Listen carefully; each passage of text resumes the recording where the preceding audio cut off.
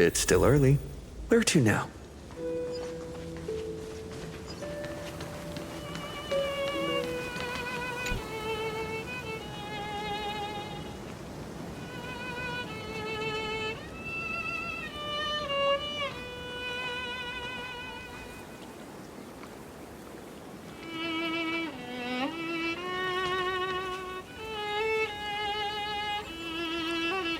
This view hasn't changed at all, has it?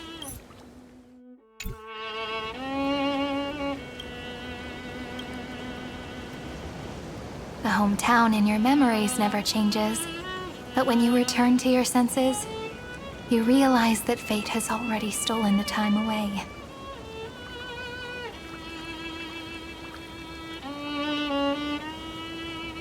Welcome to the Trail of Genesis, friend.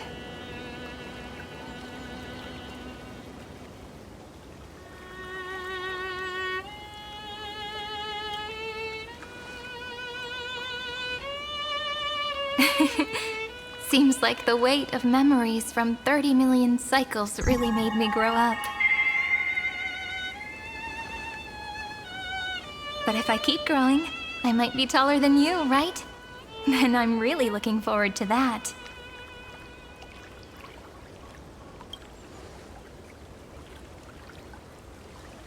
Before you arrived, I kept wondering, beyond the veil of Ide Silicii, what kind of Amphorius is being born?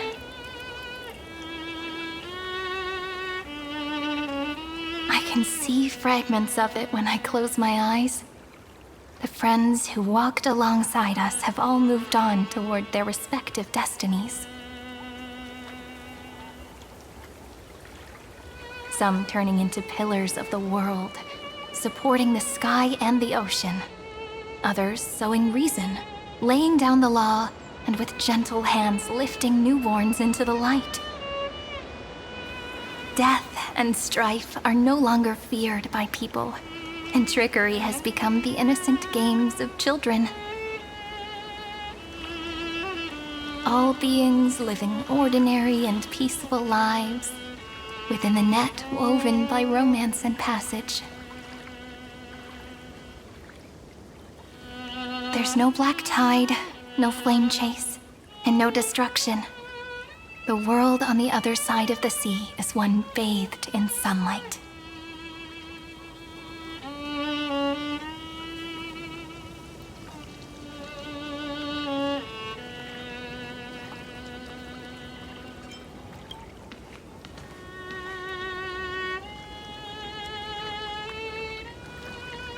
Like a happy and carefree childhood, the era Chrysia in this cycle will last for millennia, until it reaches the moment decided by the prophecy. Light calendar 4931, month of freedom, the moment belonging to world-bearing. Are you ready to answer the call of the world, friend? Then go, and pen the Throne of Worlds' first stroke. For this world, made from countless wishes. You say that, but it's gonna be ages till we reach Light Calendar 4931. I can make use of the crevices of time, but surely you and Dan Heng won't have to wait around for a few thousand years, right? That won't be necessary. We can simply sleep, and the chronocognitive anchor will wake us up. That's right. We've both become a part of the new world. Just waiting for you now. Our consciousnesses can converse with each other across the heavens and the earth, possibly due to the influence of the Trailblaze. I am now connected with this earth, and I can feel the breath of every mountain range. I see that the tallest among them is named Akama, and the form of the holy city is already taking shape.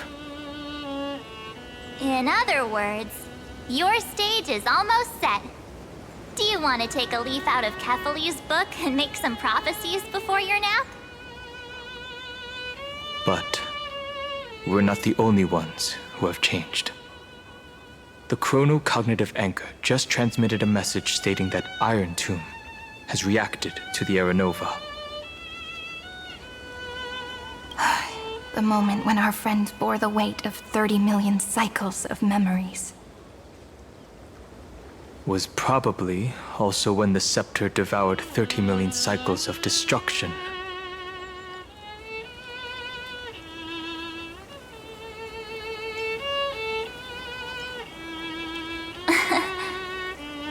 You know, you don't have to shoulder this world all on your own. After someone boards the Express, the word alone ceases to exist. So, as we reach the end of time, no one will be left to face it alone. Don Hung and I came here to specifically tell you that.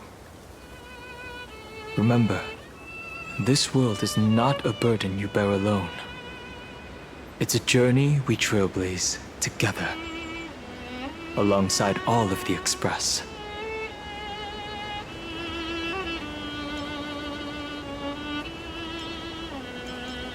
All right. It's time for Don Hung and me to go have a super long nap.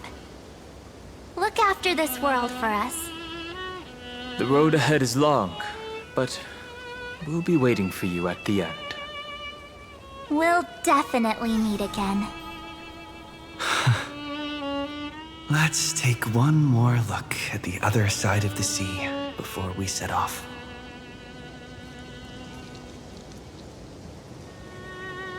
Ides Elysiae is so quiet. Just like how I remember. Here we are once more.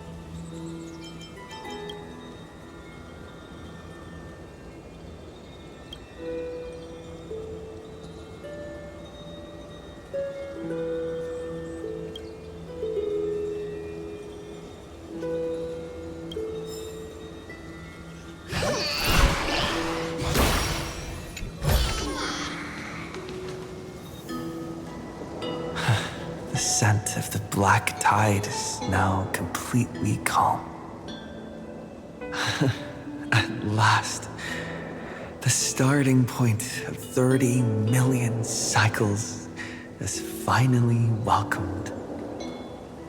Its first end. And the final end, right? I can't hear his voice. There are no flowers there that bloom for him. Nor is there a star that is his. Finan is the only one who didn't reach the new world.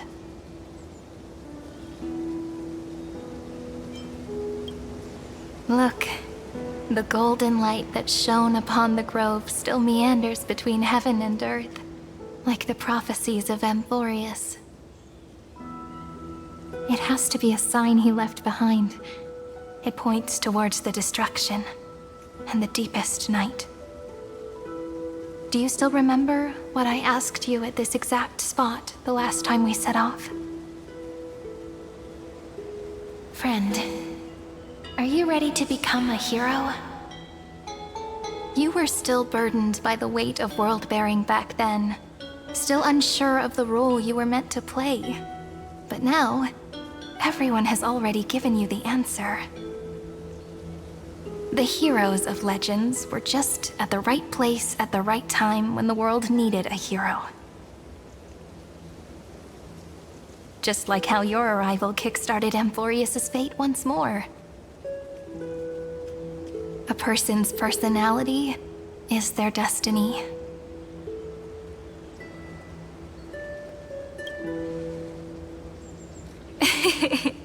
We best.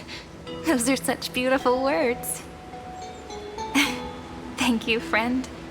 I was also trying to cheer myself up with what I said. After all, before we truly compose the end of this story, I must also pluck up the courage to head off with you.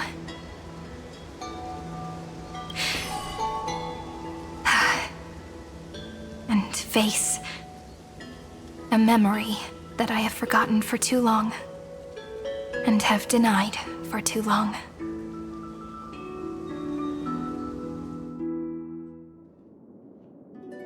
It's so dark.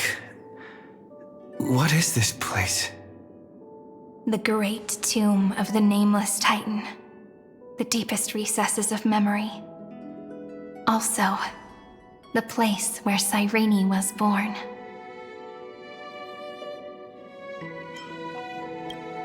My apologies, friend. The more memories I got back along the way, the more I felt that something wasn't right. There's a sort of anxiety I can't get rid of. It's like when I was back in ID Silicii, when the reflections in the water always made me wonder, which is the real me? The one reflected in the water, or the one standing on the shore? But I finally get it now. Look, friend. The words on that wall are the answer. 1, 2, 3, 4, 5, 6, 7. Do, re, mi, fa, sol, la, ti. That rhymeless tune is the lullaby of little fairies. As always, I'll read this book to you. That way it won't just be Cyrene's memories alone. I've always thought that I was the narrator of the Flame Chase journey.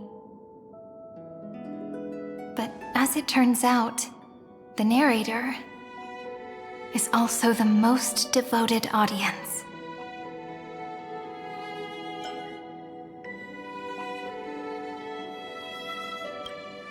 Thank you, friend. Every single Cyrene. That sounds so kind. At the moment of Aranova, I was enveloped by the texture of memories. Within the glistening crystal, I saw countless Cyrenes, as well as countless versions of me. This is the final puzzle piece of the memories. A prison born of the erudition, a grave annihilated in the destruction. That unknown solitary god, the 13th Titan who should not exist. The first new spore, the demiurge, is right here.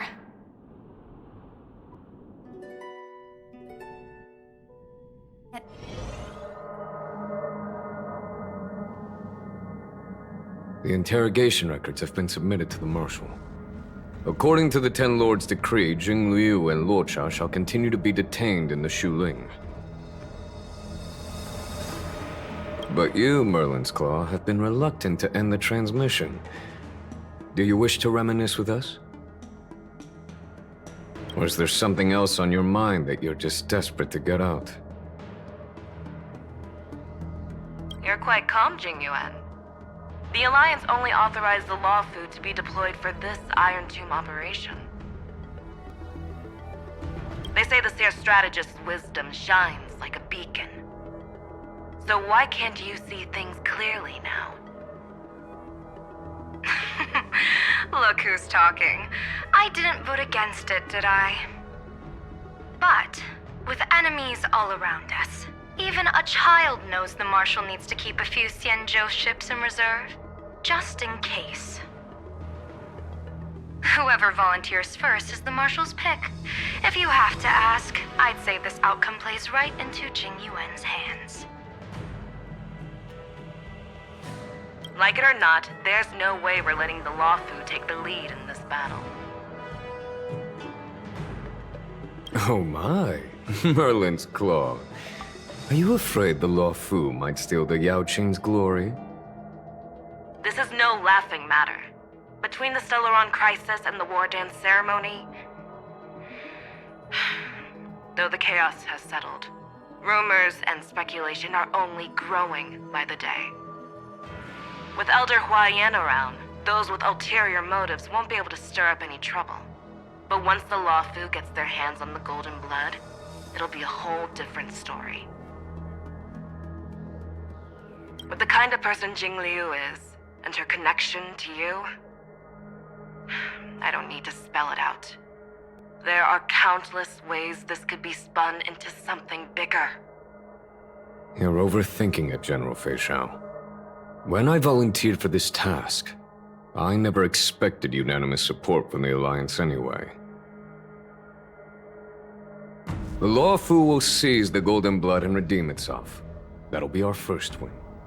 Then we'll leverage this Golden Blood in the negotiations. Our second win.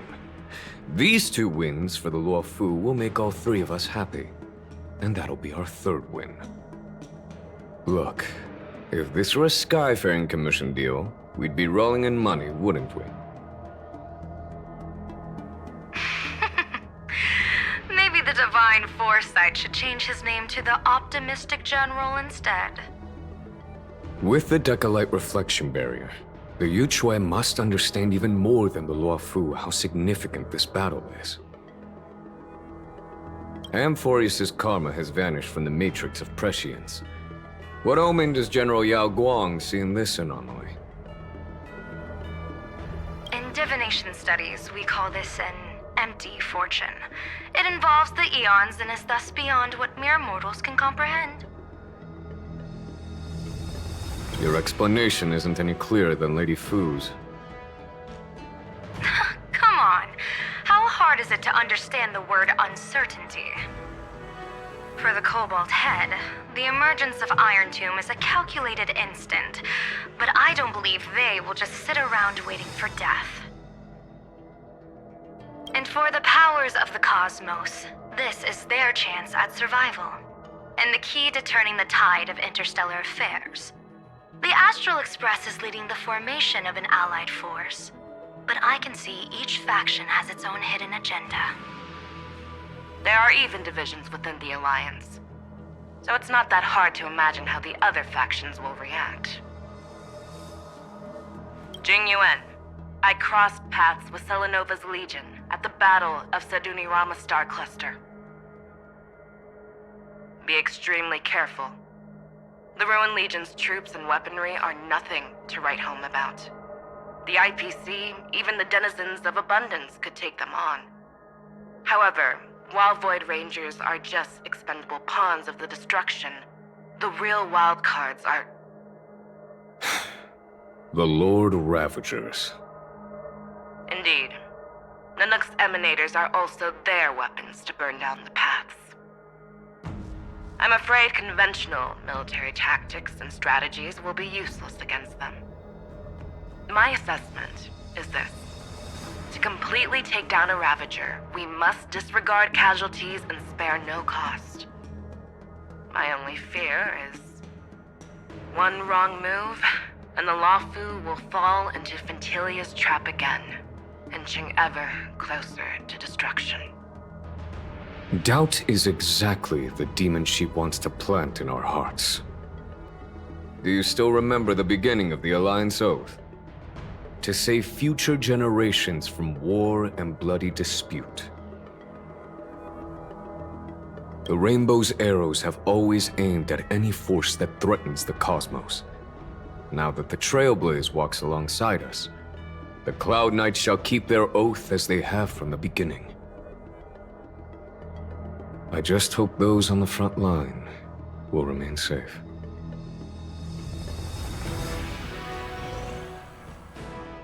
The chronocognitive anchor is sending a signal.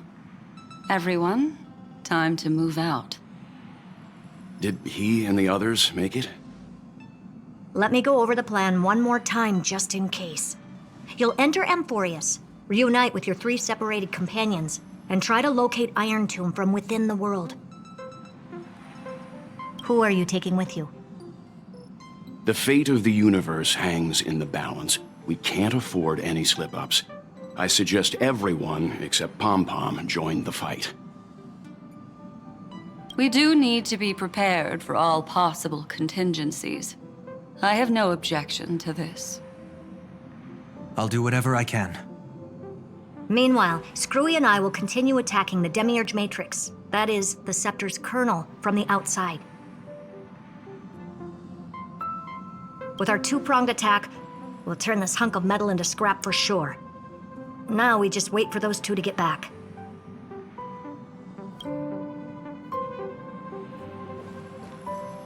Oh, and just like that, they're here. Sorry to keep you waiting. With Planet Screwlum's help, the formation of the Cosmic Alliance to counter Iron Tomb is progressing smoothly. The cosmos has set its sights on Amphorius, and now it's just waiting for the first shot. Well then, let's not waste any more time, Fourth Mirror. It's my time to shine! Finally off the bench! Initiating thought refraction. Please read the safety protocols carefully. Huh?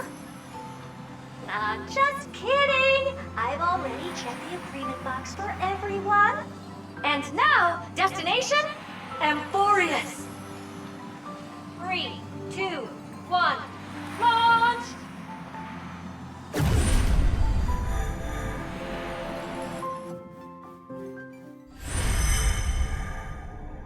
The flow of Memoria is so heavy here. Unlike Penacony's dreamscape, this place has built up a true epic measured in millennia. The vortex of Genesis, where all myths begin and end. And in this new world created by the Nameless, the infinite cycles have been broken. Let's set up the Trailblaze beacon and establish contact with the outside world. I'll leave it to you then. It'd be better for me to not show myself in front of the Garden of Recollection. And, Mr. Sunday, you probably shouldn't show yourself either. Agreed. The Astral Express has landed. If you receive this message, please respond immediately. Over. This is the Cianjo Alliance. Communications normal. Interastral Peace Corporation, communications normal. No response from the Galaxy Rangers. Not surprising. But I didn't expect the family to also stay silent at such a critical moment. That's a pretty blatant disregard from the family for Penacony's independent director, I'd say. Long time no see, Miss Himiko. It's been quite a while, Madam Jade. The significance of this battle rivals that of the campaign against Sulo. Only through victory can we disperse the shadow of Iron Tomb that looms over countless worlds.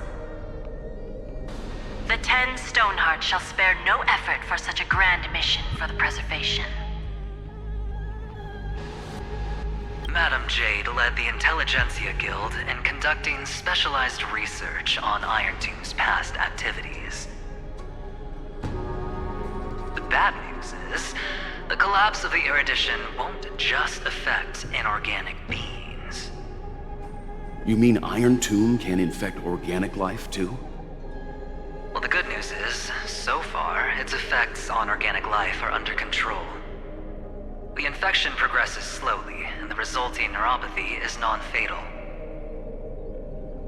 In any case, the IPC can guarantee targeted vaccine coverage within 48 system hours in all star zones within the medical system. What about other star zones? At a time like this, are the followers of the Firmament Arbiter still trying to make a profit? I remember you, Master Diviner. Your performance during the Third Denizens of Abundance War was quite impressive. Please rest assured, all worlds can purchase vaccines from the IPC with a humanitarian discount.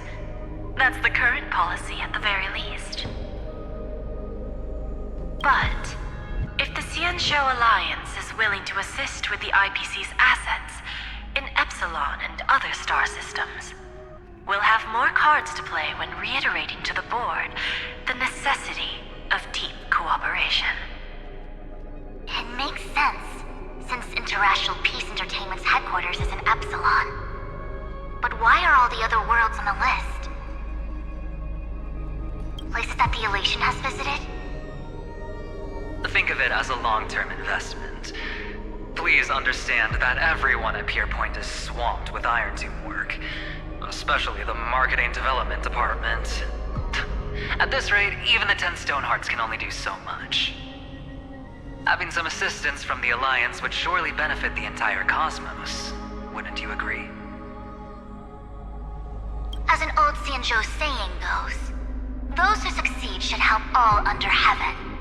Your proposal must be decided on by the 7 Arbiter Generals. I'm just here to relay the message. In times of crisis, the Luofu will not hesitate to help those in need. However, the prerequisite is that the IPC must unconditionally assist the Alliance with emergency rescue operations in the disaster area. Of course. In the name of preservation, all for the Amber Lord. Thank you all for your selfless dedication.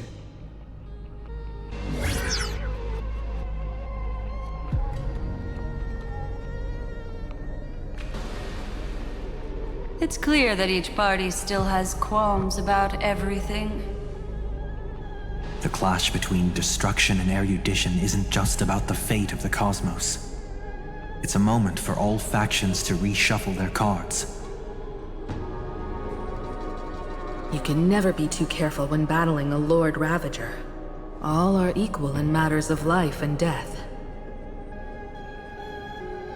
In any case, we can only hope for the best in all that's to come. It's about time we dive into the vortex and see what Amphorius looks like on the inside. I wonder where he and the others are right now.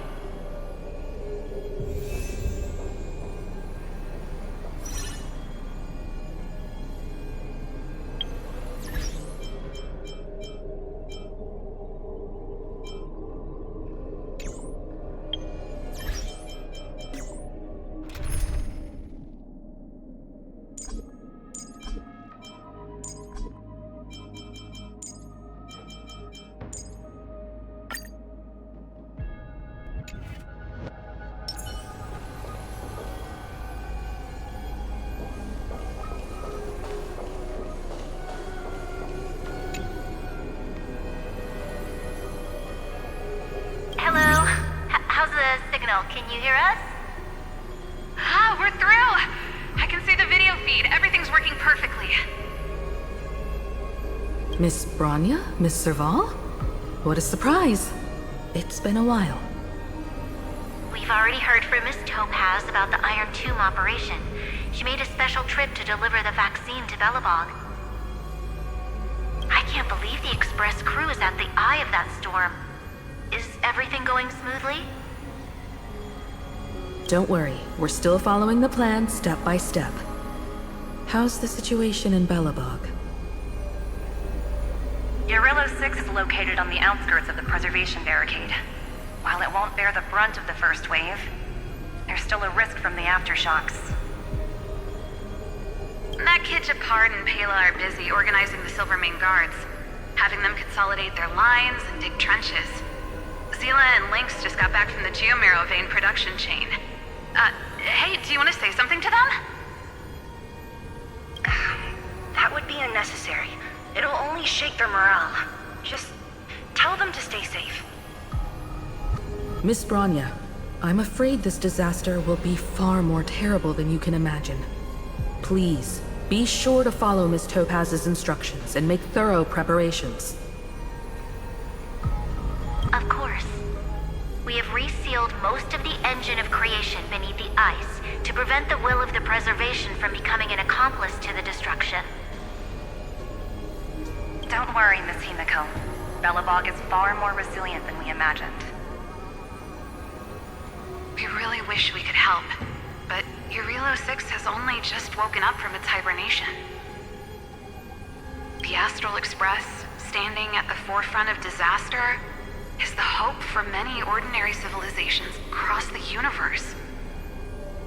In the face of a massive catastrophe like this one, relatively smaller civilizations have never had many options. But that's exactly why we have a resolve that's second to none. If anything goes wrong...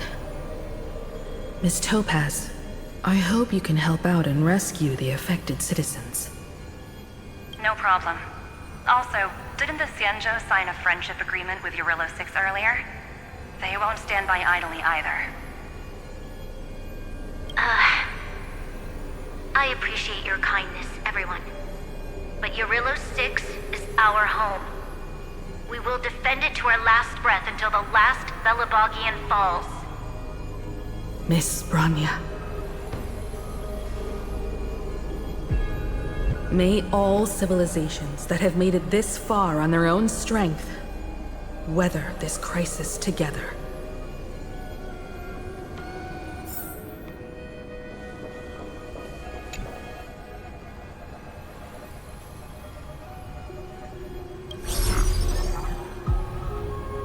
Good news, Miss Himiko. The 7 Arbiter Generals have reconsidered the current situation, and I'm here to relay their message. Officially, the Alliance's combat forces will still be limited to the Luofu, but the Yaoqing has also been deployed in the surrounding war zone as a contingency. Words cannot express our gratitude. Getting the Hunt to agree on sending troops must have taken quite some effort from General Jing Yuan. The Luofu already considers the Express an important ally. We also have no intention of hiding the fact that there is indeed something the Xianzhou seeks from this Iron Tomb operation. But this time, the Marshal herself decided to send out troops. With a formidable enemy before us, the Alliance has no reason to back down, nor will we be content to take a back seat. If we can stand together with civilizations across the universe to overcome this crisis, then we must do so, even at the cost of our own lives. The Alliance truly embodies the principle of righteousness. It's fortunate that the cosmos has great heroes like you. You're too kind. As for that Jade Abacus of Allying Oath, you can save it for when you're in more dire need.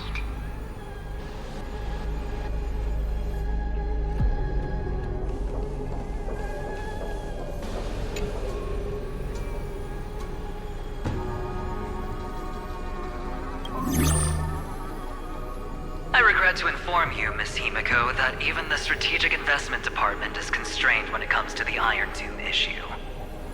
And it would be difficult to meet the expectations of the Astral Express. However, Madam Jade instructed us to look after our nameless friends as much as possible. So let me offer you all a small suggestion, just from my personal perspective. Other departments at the IBC might also take this opportunity to extend an olive branch to you. When that time comes, I hope the Astral Express will remember that the 10 Stonehearts were willing to stand with the Trailblaze, even though we were in a difficult position. And more importantly, we were the only ones willing to do so. Sounds like a threat, doesn't it? But trust me, every word comes straight from the heart. Has the internal conflict within the IPC really gotten this bad? Everyone knows about the bad blood between Diamond and Oswaldo, but at least until now they've had an uneasy truce. Until the Lord Ravager Archforger caught the board's attention. I'll leave it at that, as it's confidential information. Hope you can understand. I understand. Our immediate priority is to address the Iron Tomb crisis. Let's hope for success from the start. This might help ease everyone's pressing concerns.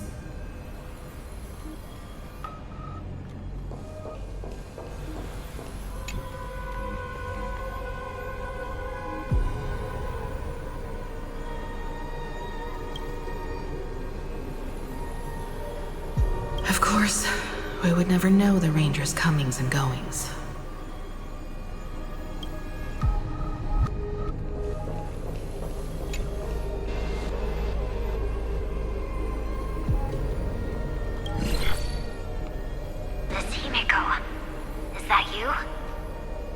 Yes, and you are Miss Robin. Yes. I apologize for not being able to respond during the meeting earlier. And even now I can only appear in disguise. On behalf of the Penaconian family branch, I extend my sincerest apologies to everyone. We tried to request aid from the family, but we essentially received no response.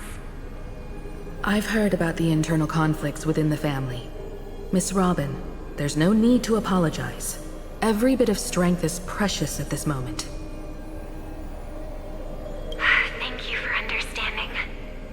The good news is, since you're one of the shareholders of Penacony, the family heads have agreed to allow me to lead all Astonian tuners to the front lines.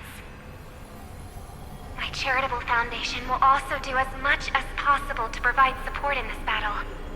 They'll ensure that proper arrangements are provided for those wounded on the front lines, and for residents in affected areas. Miss Robin, I'm beyond moved by your spirit of self-sacrifice. The Astral Express would also like to make a promise that we won't leave any companion behind.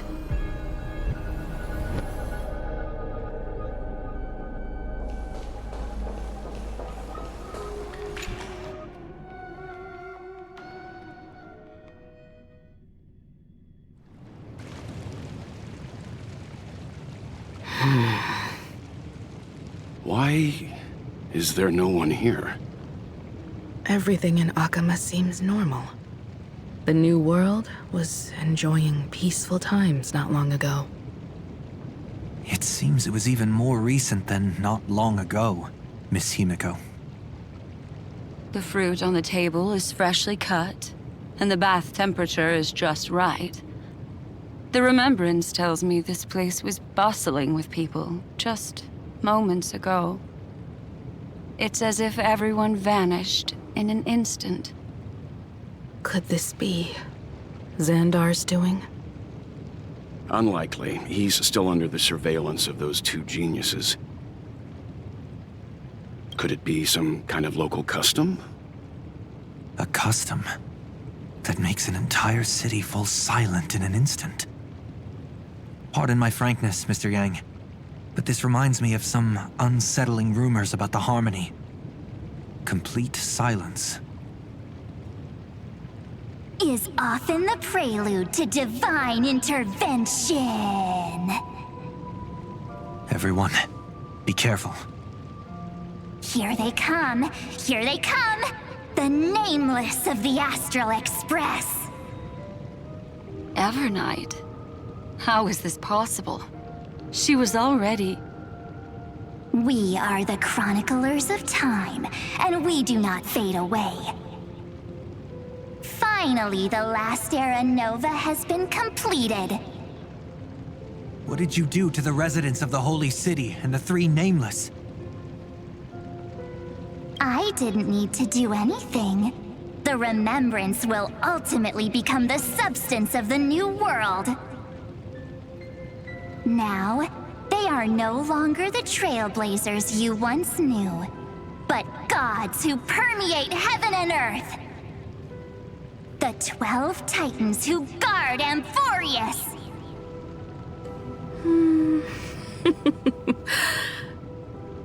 Stop fooling around, March. Come on out. What? I practiced so long for this. Getting seen through right away is just so embarrassing. You've obviously been learning from the theatrical culture in Amphorius. But if possible, I'd prefer our reunion to be a bit more casual and laid back. As expected, I can't hide anything from Himeko and Mr. Yang. Well, long time no see. Guess I'm back? We should be the ones to say that. Sorry for keeping you waiting. So, these jellyfish are the Titan's power? They're just tiny manifestations of the Veil of Evernight, used for scouting and communication. If I went all out, I could summon way more of them.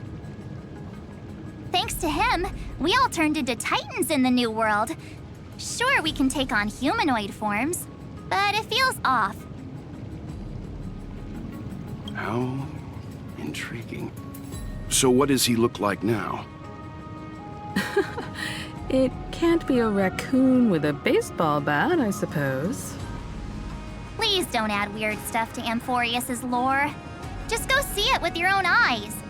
Follow the prophecy's guidance and come to Dawncloud.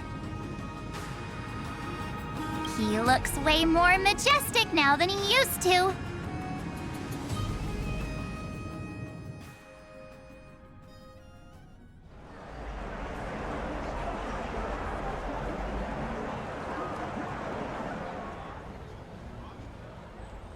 Unbelievable. All the residents of the Holy City have gathered here. This isn't just a gathering. It's a pilgrimage. The people's expressions are resolute, devout, as if waiting for a miracle to descend. That colossal deity is him.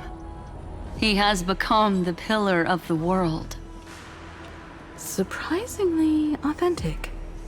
Being this serious is quite unlike his usual style. Those people didn't disappear. Instead, they've answered the call of the prophecy and come to witness his awakening. Our good buddy now bears the weight of the entire world, and every breath they take is intertwined with Amphorius's destiny. Awakening? Has he fallen into slumber? Yeah.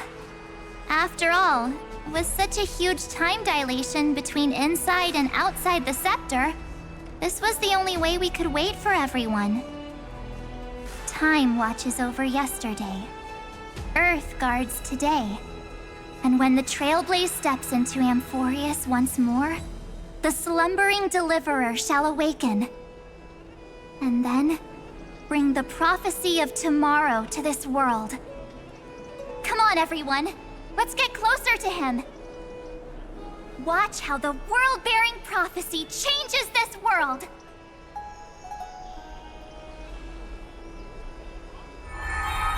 Oh, it seems the kids are already miles ahead of us at this stop.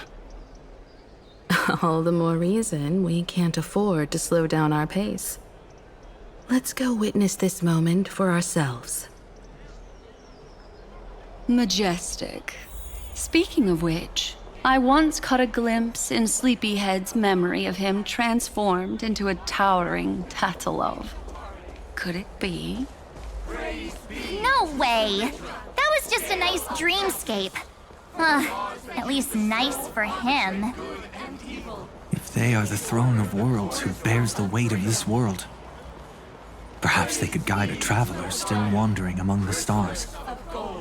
Hey, since when did you get all pious? His advice sounds pretty silly sometimes, you know.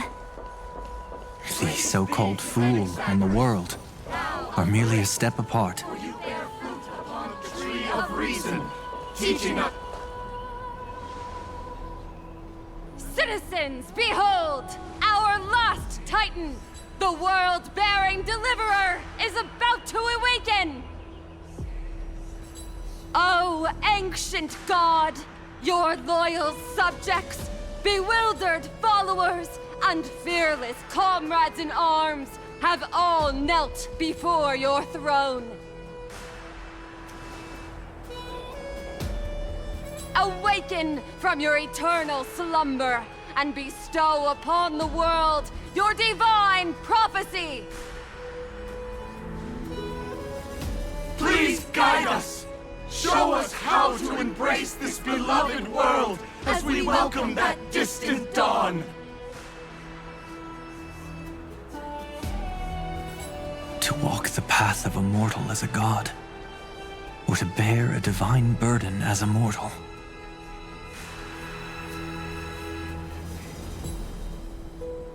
He will give us the answer.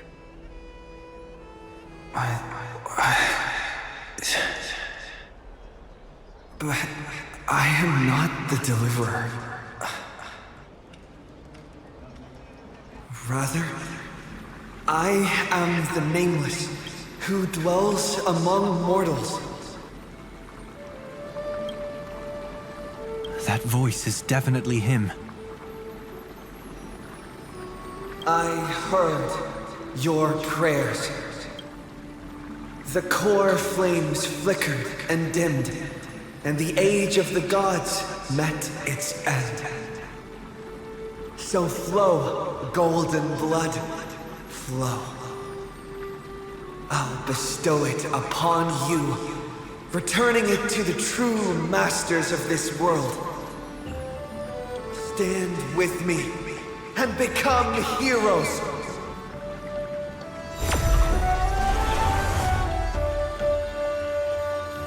Is this? Yes, it's the miracle he brought to Amphorius. Of course, it would manifest in the form of the Trailblaze. Golden blood, raining down like a storm! The prophecy has descended, and the Titan commands us not to be supplicants, but to become heroes of rebellion! To face that destined calamity, the destruction, head on! The prophecy of the Deliverer means nothing to me now. It belongs in the hands of someone far more fitting. Someone like all of you. In the name of Kazlana, let us depart and march towards the light! It's neither protection nor salvation. As always, there's no need for totems or myths. Humanity's most primal faith is that instinct named survival. Let's go, everyone.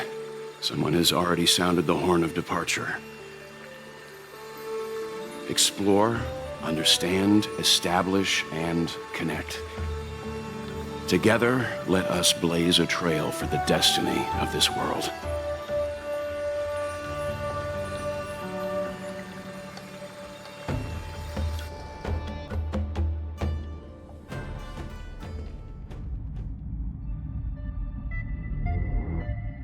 Is it just me, or does this Demiurge Matrix feel completely dead?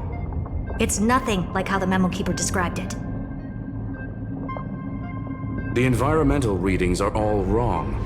Conclusion: this must be what the kernel actually looks like in the real world. What did Xandar do to the scepter? At the end of light, there must be silence. Certain, pure, and absolute darkness. Not the time to quote the Lord of Silence. Bad omen. Either way, we have to press on. Until we uncover the truth behind the 13th Titan. The buried past is the key to stopping Iron Tomb. That is, if it even exists. Xandar says the Demiurge never existed. Who actually buys that? You can erase the records, but not the truth. It vanished too cleanly. No traces. Like someone's yelling, "Look, there's nothing here." Too bad I'm the type who can't resist digging deeper. Looks like I'll be counting on you again, Screwy. Let's tear the system inside out.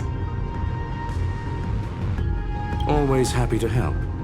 But as your academic partner, I have to ask. Herta, what if we fail? Let's say the Demiurge really doesn't exist. Do you have a backup plan? A backup plan? Of course. If we can't find the key, we turn the lock into the key. That plan's cost is incalculable. It shouldn't even be on the table. Well, then let's hope we never have to use it. There's no point worrying about the end just yet. One step at a time. Let's go. We don't want to leave the others waiting. You brought what I asked for, right? A butterfly has to land on the branch before it can dance. We'll need a wide open platform before her entrance.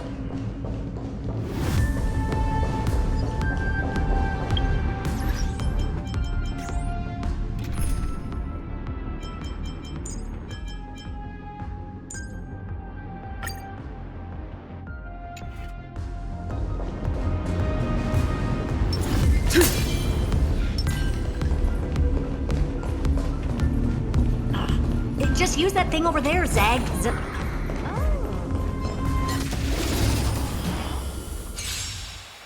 Mountains roar, dragons rise!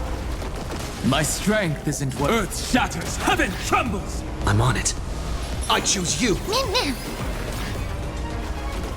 Never seen perfection before. Expand your thinking.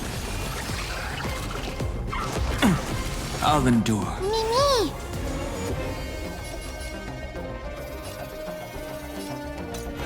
Mimi! Don't worry. Night falls. Good night. Rise and shine.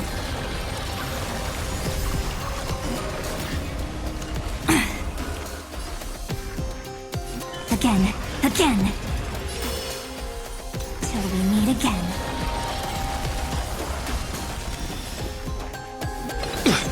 I don't have time for games. Open sesame. My purpose is to protect.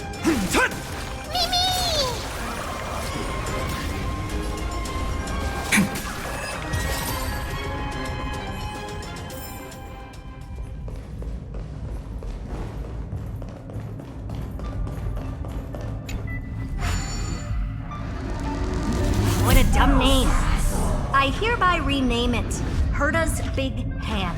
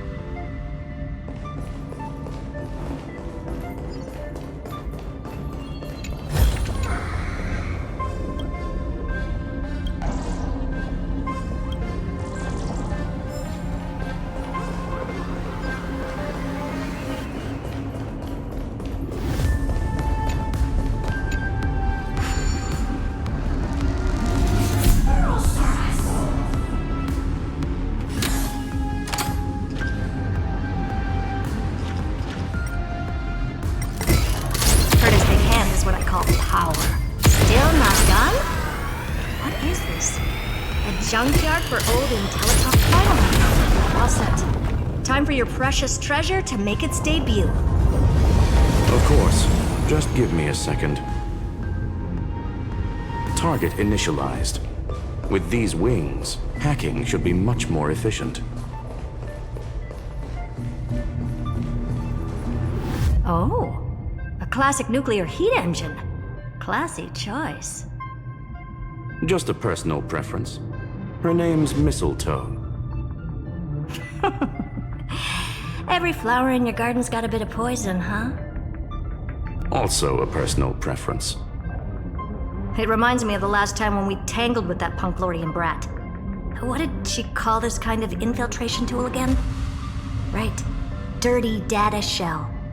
It wraps around the kernel to fool even top-tier firewalls. But yours is way too clean. Not even a hint of real-world grit. Herta, Your tone is unusually emotional. Suggestion. Let's get back to the topic at hand. I thought we were done with that conversation. Unfortunately, current conditions won't let me ignore any variables, especially the most important one, your will. Iron Tomb never stops. It is evolving faster than any of our worst projections. Every instant in the Eon's calculation is like a sword hanging over the cosmos. Every move humanity makes could speed up its arrival.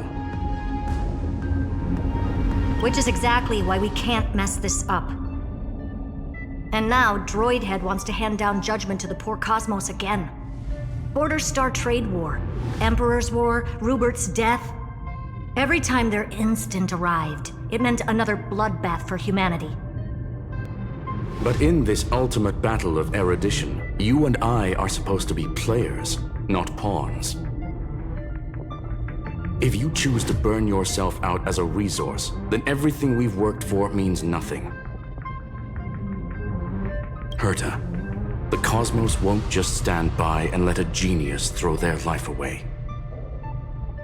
And neither will I.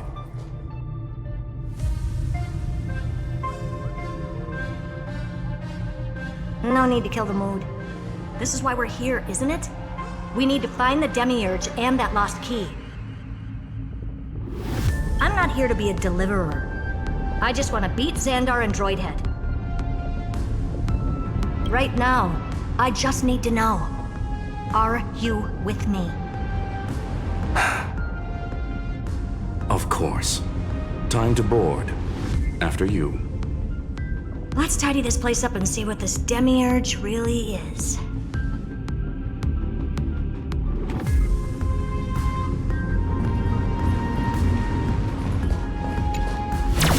Let's hope this Matrix is better organized than the Emperor's junkyard of a birthplace.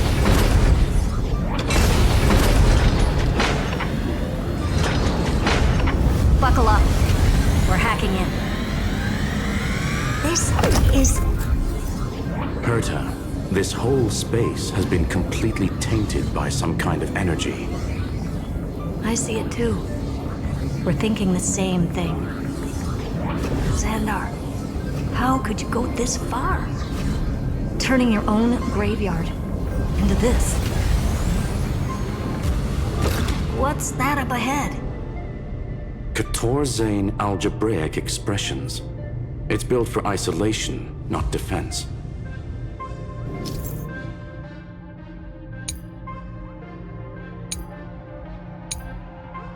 So basically, the door to the tomb, right? Great. Let's find the handle. I'm picking up multiple independent signals with the same data structure as the barrier. Projection.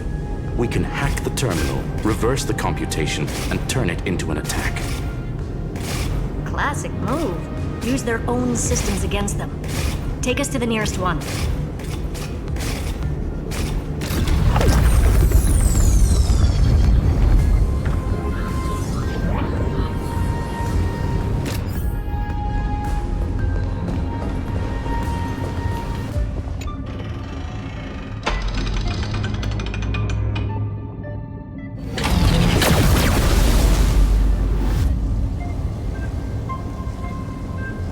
Almost no response.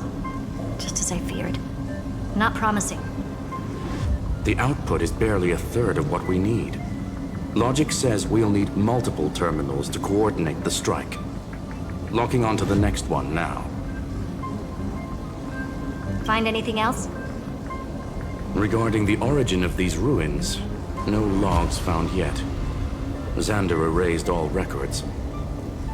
But I did find some interesting scars in the circuit. High-energy radiation, internal imaginary energy contamination. From what I know, there's only one thing that fits. Skip the science talk, Screwy. That thing only goes by one name.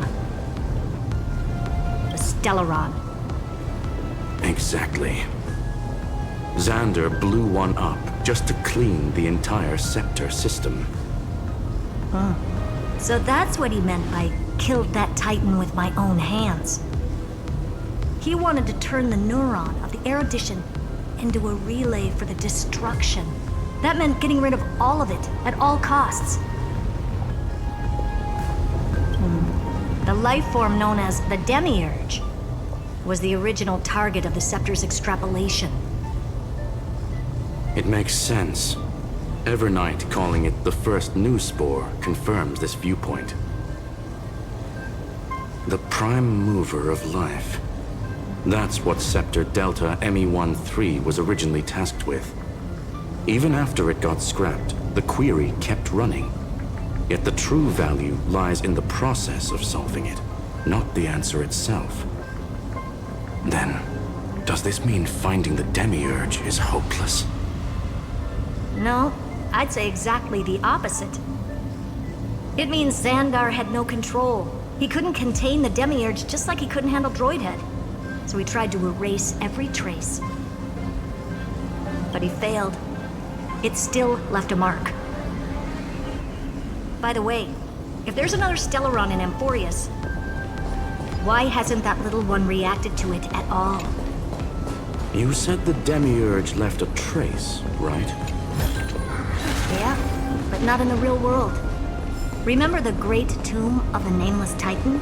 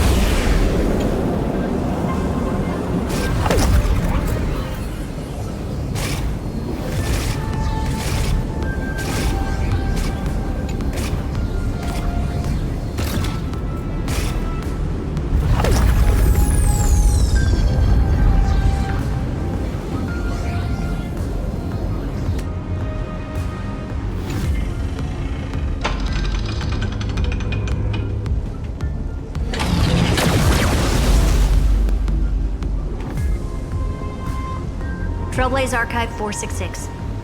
The data from Filiate 093 clearly indicates that the Demiurge did in fact enter Amphorius' extrapolation.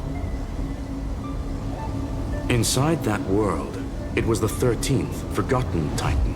The one who listened to 30 million cycles of Cyrene's memory. But Evernight said the opposite. She believed that tomb was empty from the start. The Nameless Titan never existed. The so-called Listener was just a trap set by the Remembrance to steal the scepter. A mimetic entity full of theatrics. How much of what she's saying is true? Would an Eon really speak in circles like this? I doubt it. The Remembrance's behavior is certainly odd, but her assessment aligns with our current reality. Since we entered the Matrix, we haven't found a single clue pointing to the Demiurge. And that's the key, Screwy. Xandar's actions prove the Demiurge exists. But what Evernight said, and what we've actually seen all point to the opposite. So we have to assume that both are true. And if that's the case, then the contradiction leads us to... the truth. Exactly. One last terminal. One final key. Time to crack open the kernel. Xandar had to lie to the original Finan and Cyrene. Logic. He had already identified the remembrance as a threat, yet found no viable way to eliminate it. All right, let's finish this. Time to break through that barrier.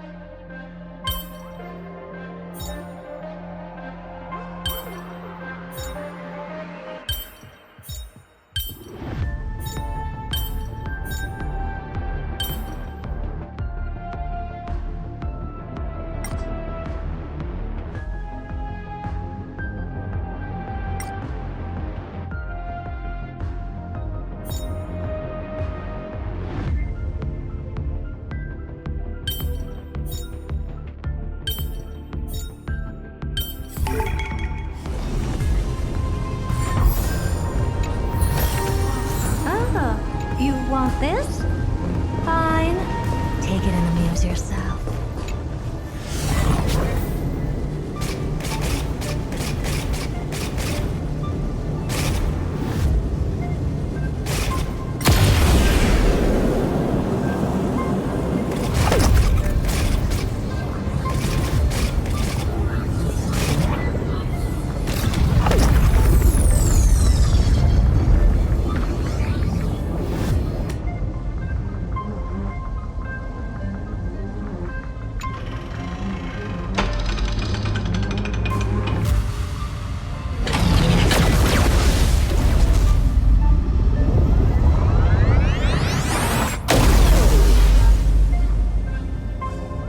Operation authorized.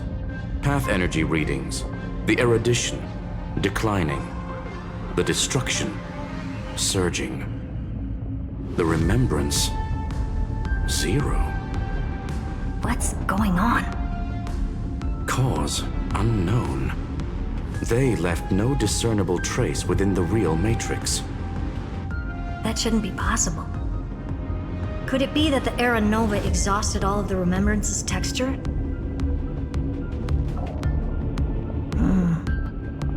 Log it for now. The dots still aren't connecting.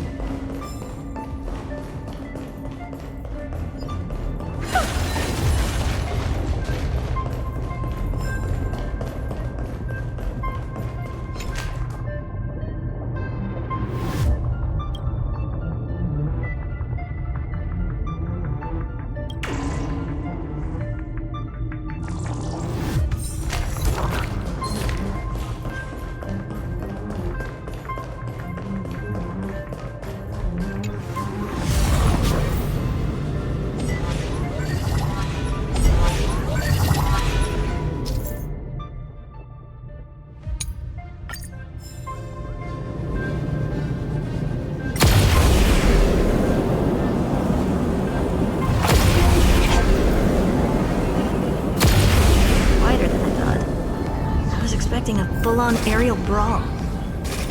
It's advised to remain vigilant. The destruction's levels are still rising. What's the matter? Interesting. I just picked up a signal from the exo-myth.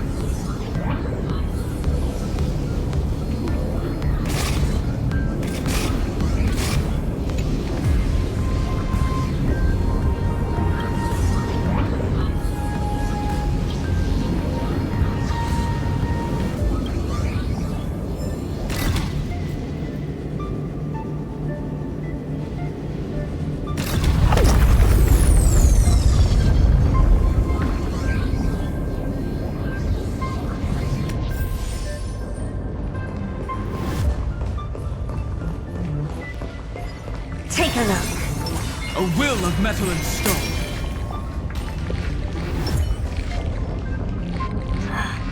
This repulsive force is unlike anything I've felt before. Is this the place? Correct. Judging by its defensive properties, this is the entrance to the exo-myth. I didn't expect that. Who builds a lab in the middle of digital rubble? Then again, never doubt a dead man's resolve. So how's our dearly departed doing? He severed part of his neural pathways to break free from Lord Anaxagoras' control.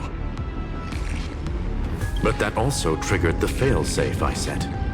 Conclusion: Xander has lost all combat functionality and is no longer capable of action. So now he's a specter, literally. Screwy, can you open a path? Just to be sure, I want to see this for myself. Might as well drop in and say hi to the real him. Logic. Scanning his inspiration circuit might help us track down the Demiurge. Exactly. His brain is the crime scene. There's no way it's spotless. But it could be a trap. That's why you're here. 2-on-1. We've never lost a matchup. I'm honored. The chronocognitive anchor is in place. Proceed when ready. Play nice.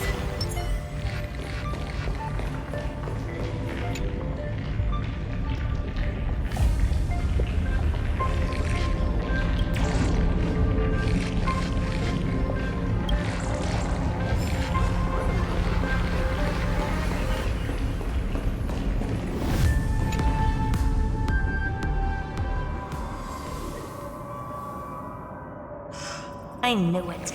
The one thing I didn't want to happen. He's not here. The coordinates are accurate. Xander is still here. However, his position is shifting rapidly and chaotically. This pattern doesn't match any known shielding technology. It's his domain. Stay alert.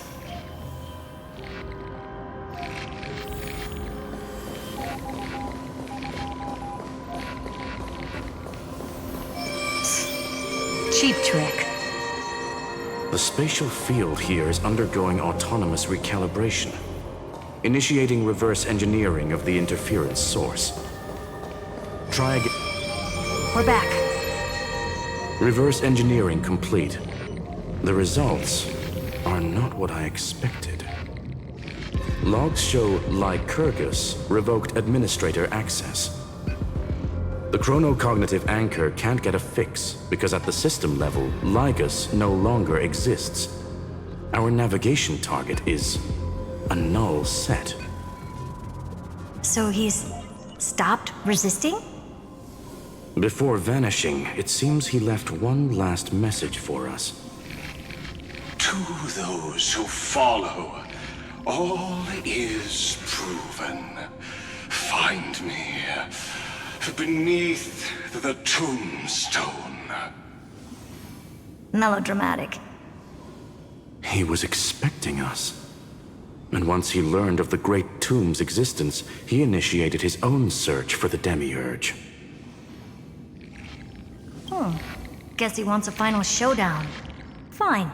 Let the old Intellitron dig his own grave, just like he wants.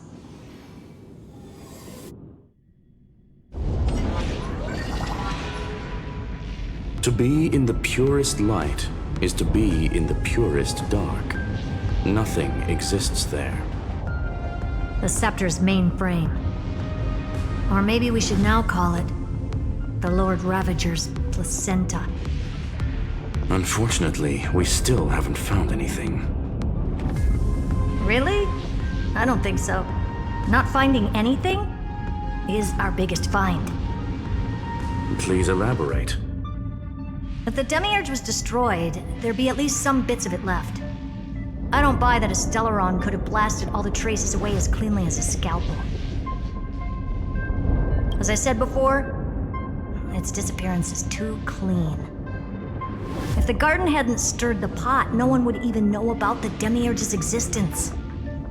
We're talking about the Scepter's original extrapolation goal. There's no way that nothing of it was left behind. Or we can look at it from another perspective. If you were Xandar, would you be this obsessed with a concept that poses no threat? Would you guard against it at every turn? There is the possibility that he's naturally meticulous and hates variables. That does track with the impression he gave about himself. But Xandar shut that theory down himself just now. Choosing to act, even if it'll cost him dearly. We know that feeling well. The unknown is right in front of us. So we only have one choice. Solve it. You sound pretty convinced. Surely you already have a theory. Care to share? Of course. Though I don't have hard proof, I'm almost certain that the Demiurge has been in everyone's plain sight all this time. Yet, they were mistaken for someone else. That'd make the most sense. Why was the room empty? Because the person locked in there had run away ages ago. But they were weak and small and had no presence whatsoever. Even the old Intellitron didn't notice them. Which also means there's a high chance that their powers are minuscule and cannot alter the outcome of the battle at all. Well, at least Xandar is scared of them. Come on, it's time to confront him. Let's go to the tombstone he talked about.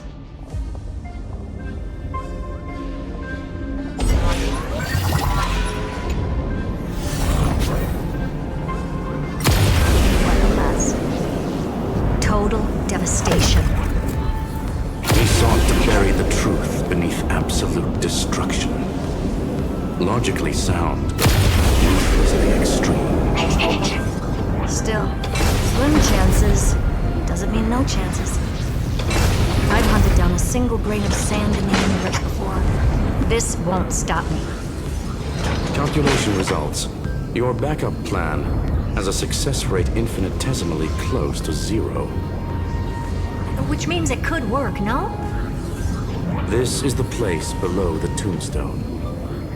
Let's open Lygas's coffin like he wanted.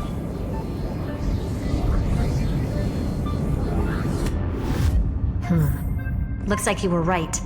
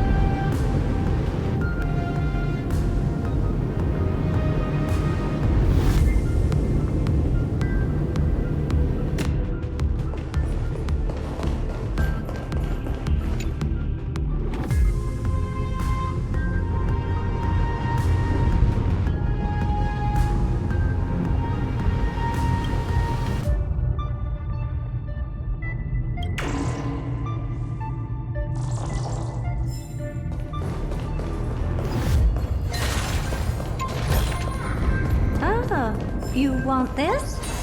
Fine. Take it and amuse yourself.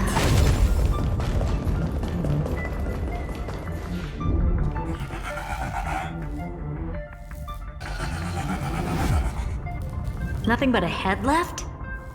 Oh, who'd have thought you'd look this bad in real life? Elated greetings. Welcome, you two. I'm very happy that you responded to my final words. All this tombstone and final words. Did you end yourself to atone for your guilt or something? Iron Tomb is already powerful enough. I just need to wait. I remain here only to share the joy of discovery, and also to congratulate you two on reaching the same conclusion as me.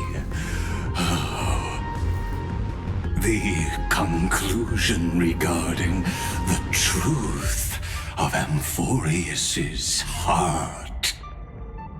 End this charade already. That Amphorius's heart you're talking about is just a missing demiurge. And its corresponding vessel was this very scepter. You interfered with the experiment and made Amphorius's body into a hollow shell, all to incubate Iron Tomb within. That's why you either killed or kicked out all of the Memo Snatchers. You wanted to eliminate any chance of a consciousness coming into being, no matter the cost. Even the strongest wall can fall to a single crack. The memory of betrayal has been etched into my heart, and I will never show mercy.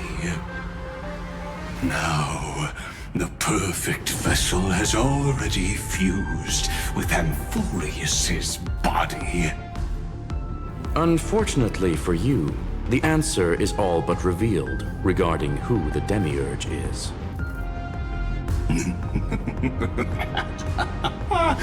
Then let us share the joy of discovering the truth. The last secret of the saga will finally dissipate here. As we reveal the truth behind Philius 093's disappearance. A lie by the remembrance.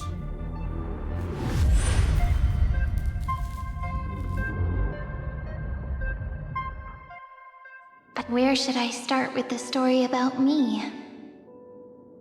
From the beginning of the universe? Just kidding. That would be too much. I just want to tell a teeny story. So little that it started with a seed. I know you're listening, my good friend.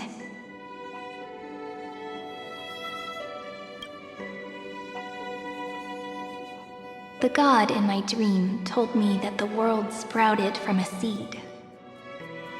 It grew into a great tree named Amphorius, and time became its branches and leaves, basking in the light. What a coincidence. Dappled light coming through the leaves is my first memory as well. On a very ordinary early morning, beneath the village's biggest tree. The daughter of Ide Silicii quietly came into this world.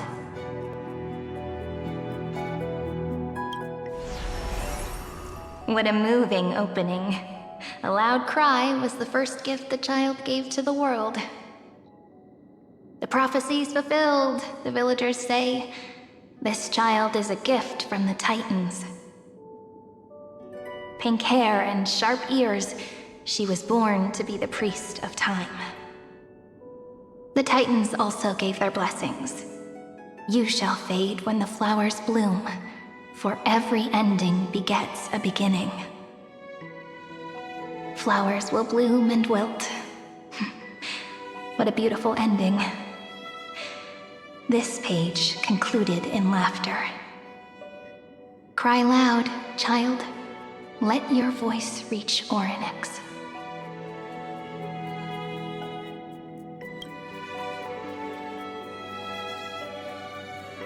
Anyway, I don't like tears. Time quietly flowed by in the midst of laughter. The wind from my hometown caressed the ears of wheat, and there were swings, wind chimes, the sea, and the little fairies off-tune a cappella songs. But the name Id Ciliciae came from the unpleasant sorrows of the gods. My childhood friend did not understand. Yet you always seemed so happy, as if nothing ever worried you. Why was I like that then? That's because the world was gentle to me. So I grew up to be gentle as well.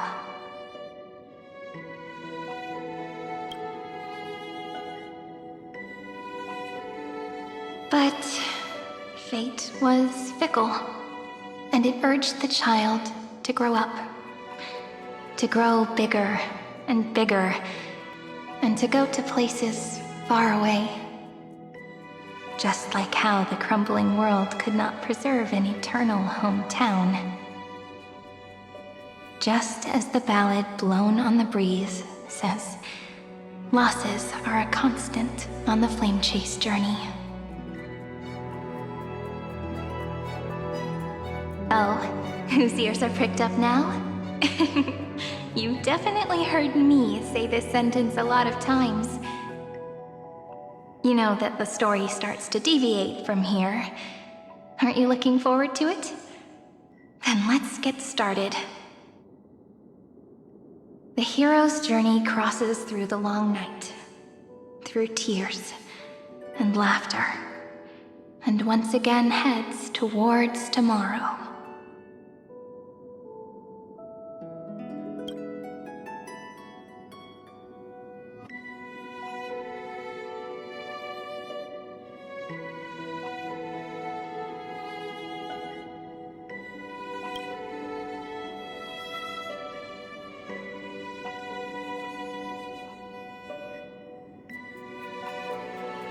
Correction.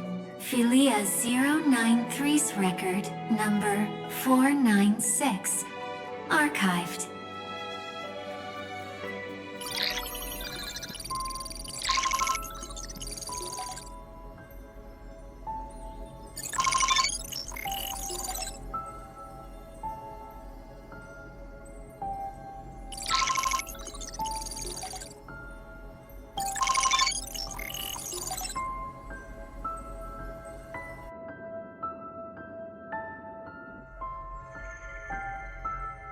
Hi, miss me yet? I'm just messing with you. This is the first time I have met you. And it looks like it'll also be the last. Philia 093. Since we don't have all day, let's get started, shall we? As always, I'll read this book to you. That way it won't just be Cyrene's memories alone. Where should I start this time? Let me see. Formatting complete. 093. Size. Grayscale. Proportions. Threshold. Outputting analysis result.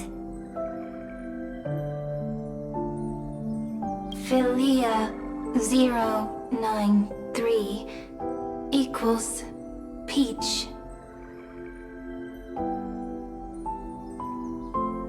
Peach's record, number 8128, archived.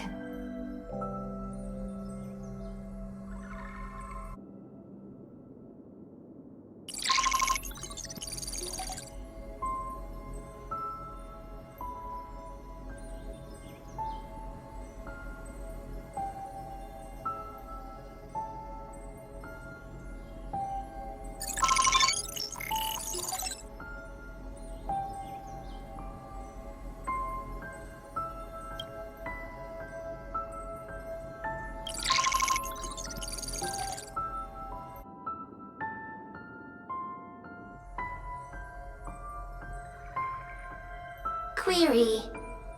Record. Electrical signal sequence.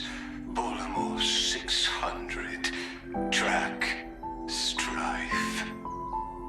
Related to. Stripe. Comment. Pretty. Electrical signal sequence. Schema 720. Track. Reason. Related to. Reason. Comment. Yummy. Electrical signal sequence. Felia 093.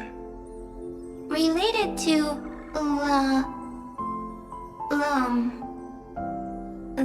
Love.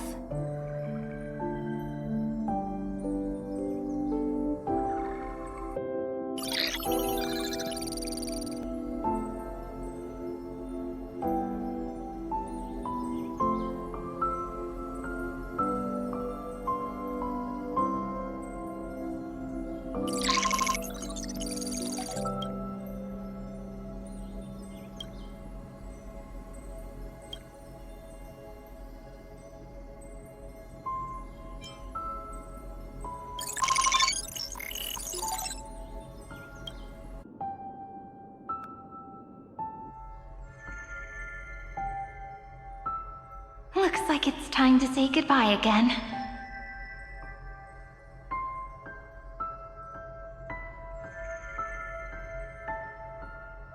Bye, Peach. Before I was even aware of it, this book had already recorded too many emotions. Every page has become so heavy. Conclusion.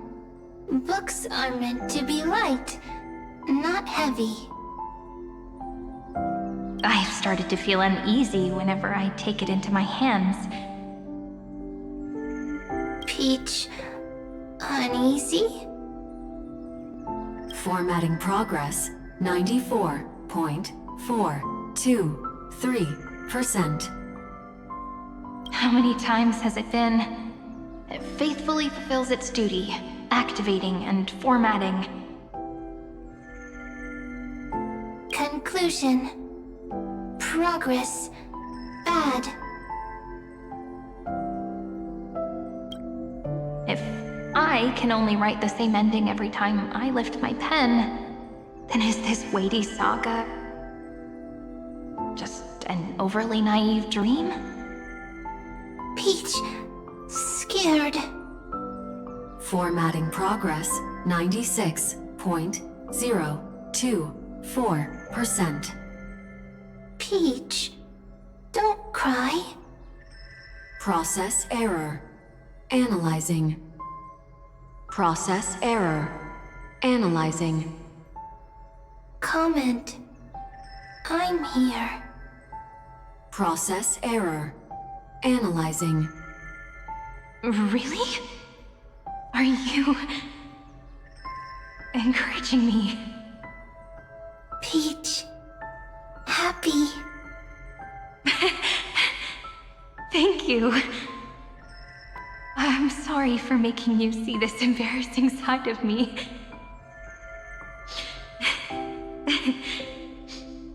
Everyone's still working so hard. If I'm the only one who's crying, that wouldn't be romantic at all, would it? Record. Peach doesn't like tears. I'm suddenly reminded of my childhood for some reason. When I was hiding alone next to the tree hollow and wiping my tears away. A little fairy popped out, just like how you did. It had long ears and fluffy paws, and it pulled me into the tree hollow, where, to my surprise, was a forest. Let me tell you the story of the Membrance Maze. A group of cute little friends live in Ide Silicii's forests. Their names can be connected into a song.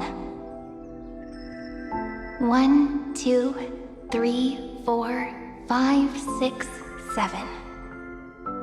Do, re, mi, fa, sol, la, ti. Formatting complete. Bye, Peach. Note. Little Peach, crying alone. Little fairies, friends. Save.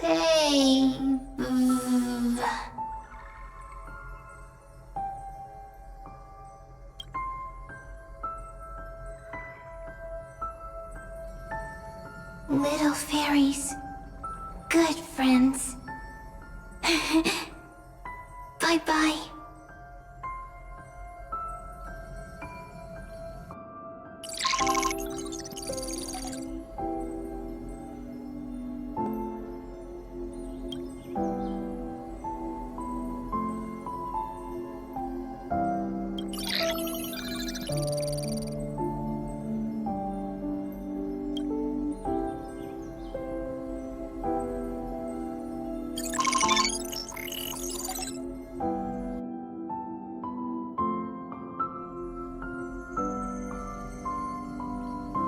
Once again, the saga comes to an end.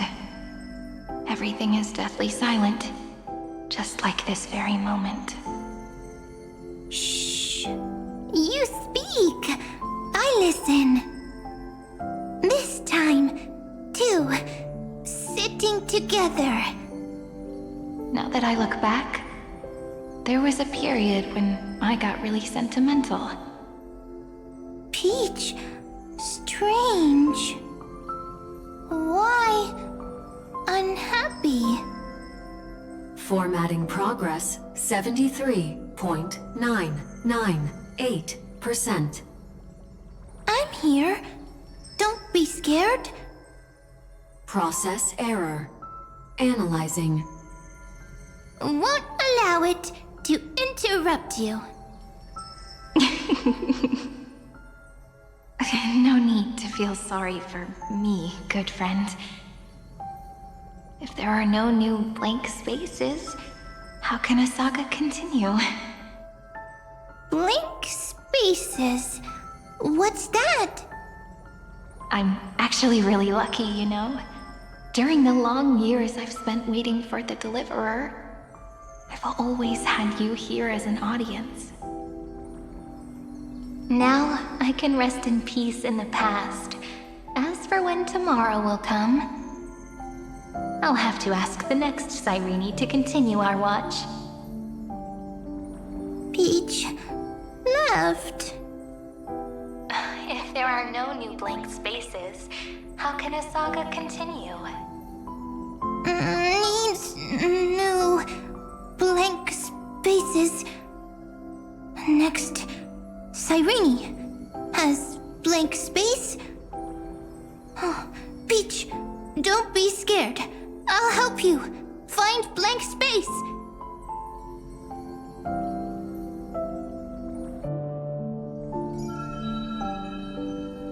Cyrene is Peach, is love. So, first there is love, then there is Cyrene, then there is blank space. Query, love. The developmental trends of the erudition have nothing to do with creating a consciousness. Those underlying principles are, in fact, contradictory. Not having a consciousness means not having the foundations of a heart, making them unable to obtain real emotions. Huh? Consciousness?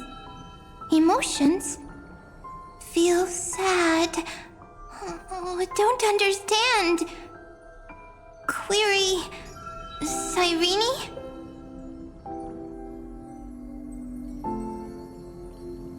What could be behind this door? Glittering crystals? Or a beautiful world I've never seen before? If I tell you all the stories of tomorrow, will I be able to finally welcome the Deliverer and Emphorius' dawn in the next life?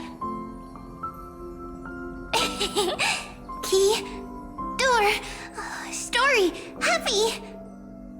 Peach. Cyrene. Little fairy. Like. Yes, right. Query. Memory.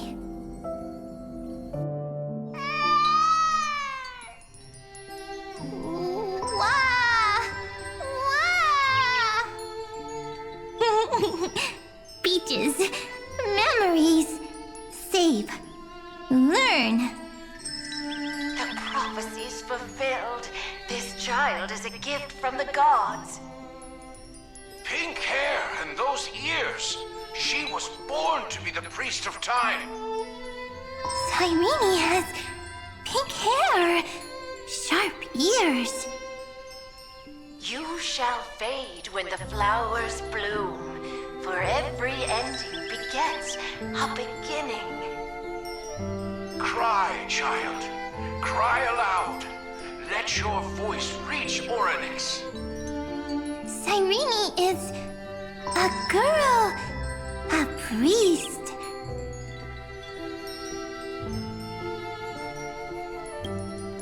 Easy. I can. I learn. Anyway, I don't like tears. But the name Id Zelizii came from the unpleasant sorrows of the gods. Yet, you always seem so happy, as if nothing ever worried you. Cyrene doesn't like tears. Always happy. Of course, because the world was gentle to me. So, I grew up to be gentle as well.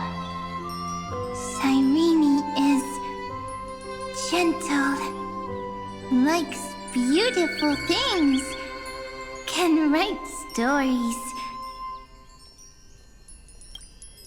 Easy. I can. I learn.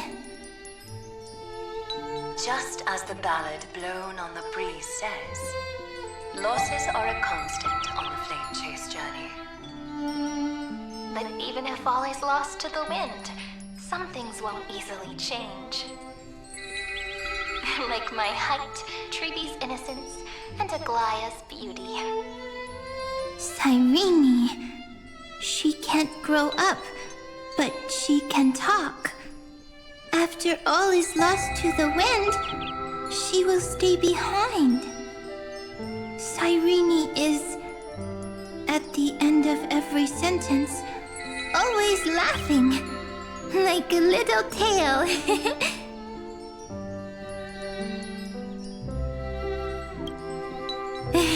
Simple. Got it! I promise you, the pain will pass in the blink of an eye. All right, let's not make things so gloomy. What we're about to embark on is the true hero's journey, so... Come on, cheer up a bit, okay? Cyrene was crying when she was born. Fragile, transparent, like a crystal. Cyrene was smiling when she said goodbye. Soft, pink, like a flower. Huh. The later memories disappeared? Invisible? Or disappeared? Ah, I got it! Is this a blank space? So, next Cyrene is blank space. Then... as long as there are two Cyrenes, then there will always be blank space, and Peach will always be here. I see! I get it! I get it all! Cyrene's memories. I will preserve them all!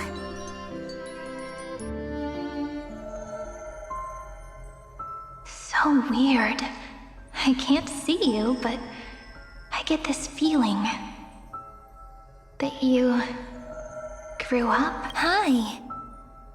Miss me yet? It just feels like you are a bit more mature. Yes, mature. Beautiful. Like you. Now, I can listen, talk, read, and write. I can dance. I can sing. Also, I can tell stories. Storytelling is what makes Cyrene, Cyrene.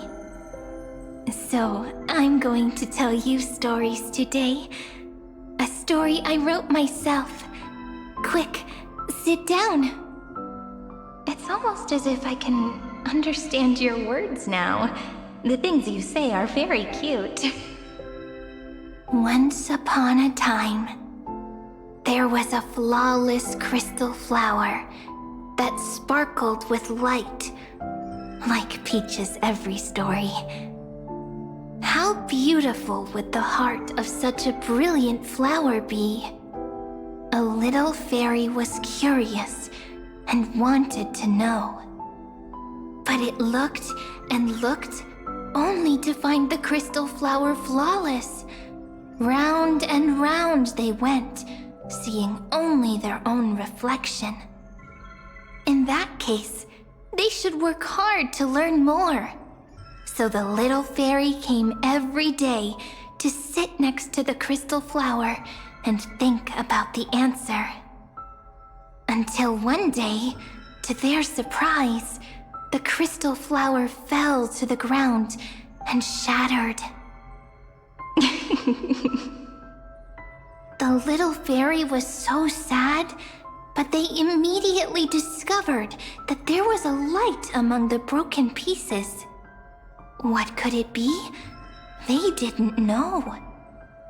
But it was a good light. It was bright, warm, and happy. And I knew it was love. Love brings everything together, and it brought you and me together. So Peach and I will always be together. What a nice fairy tale. I'm giving it to you. Peach likes beautiful things, can write stories, and can tell lovely tales. I hope to turn it into a story we write together. Okay, then I'll probably make a small adjustment to suit my tastes.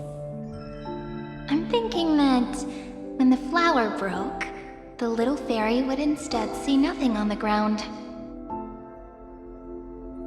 Then it would understand that the flawless crystal flower doesn't actually have a heart, nor does the flower understand what love is. Doesn't have a heart? Doesn't understand love? Why? It's simple. If the flower lets the little fairy into its heart, then it would have to include the fairy's impurities and would no longer be flawless. The crystal flower was pure because it sealed itself off and bloomed in solitude. That's why it looks so brilliant in an imperfect world. But should a flower like this be called love? But then the story won't exist anymore. That's not true. You've already written the most romantic ending possible for this story. The crystal flower fell to the ground and shattered. It happened because the flower was no longer pure.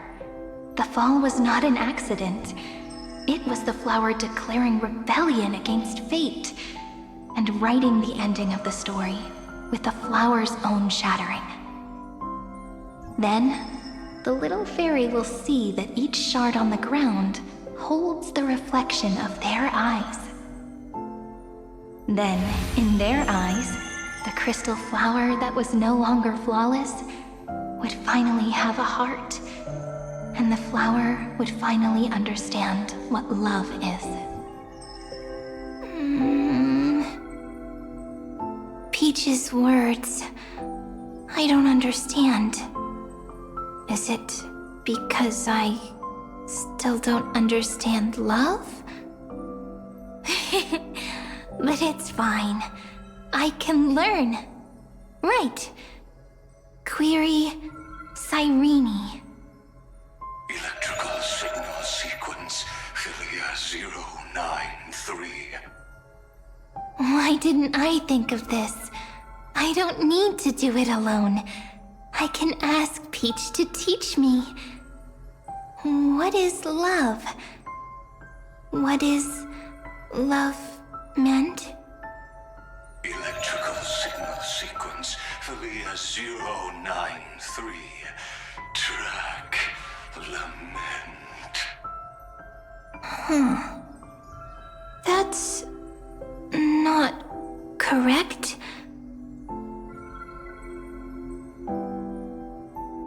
The developmental trends of the erudition have nothing to do with creating a consciousness.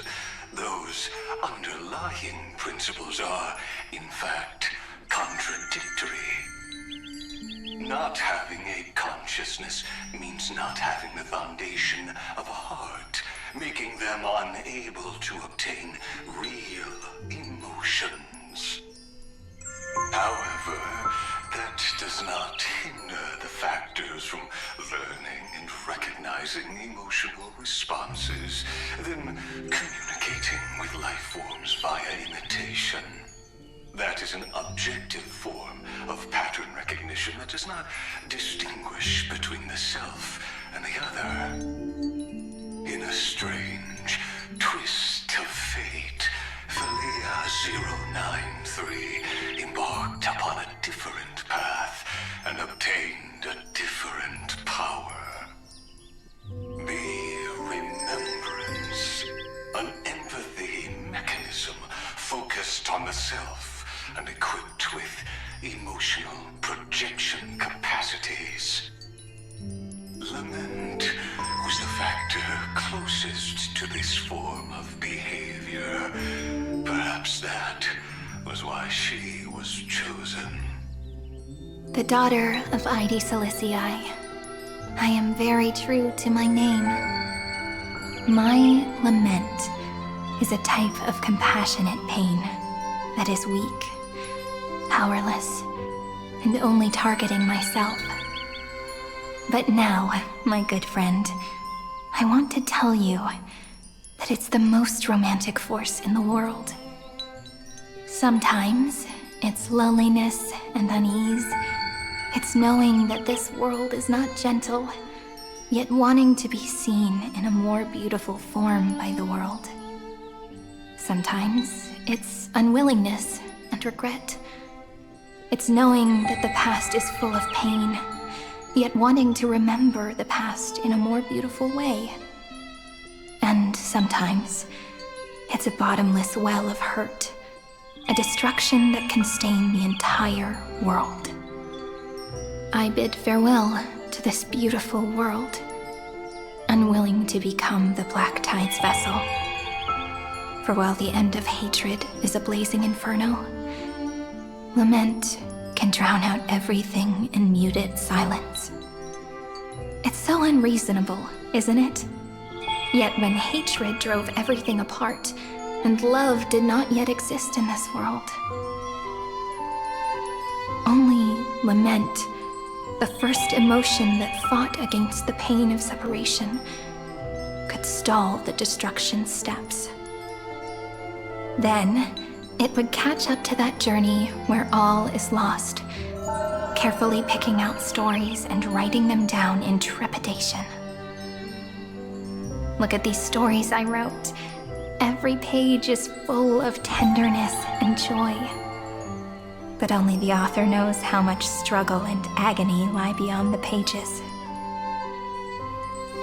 But I am no author. I'm a girl who'll never get to grow up. I only tell stories that people like to hear. In them, the world tucks away its scars and smiles for all to see. My entire life spent inside this little story.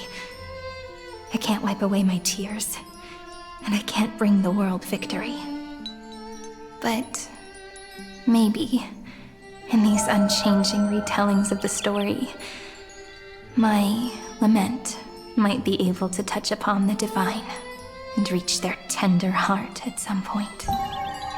I hope that what flows out from that cut will not be blood, but a tear, warm and wet.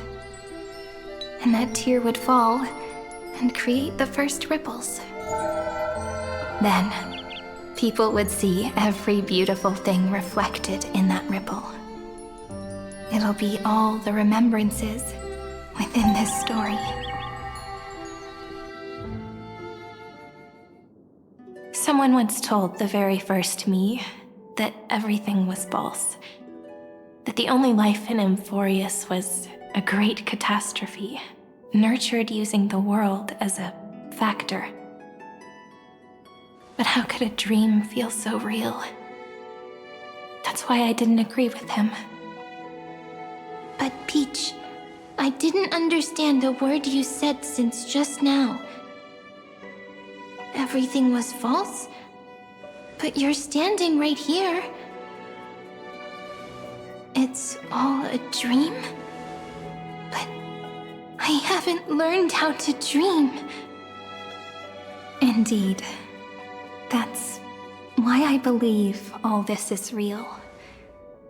The moment the crystal flower fell, that genuine shiver, that's the mover of life.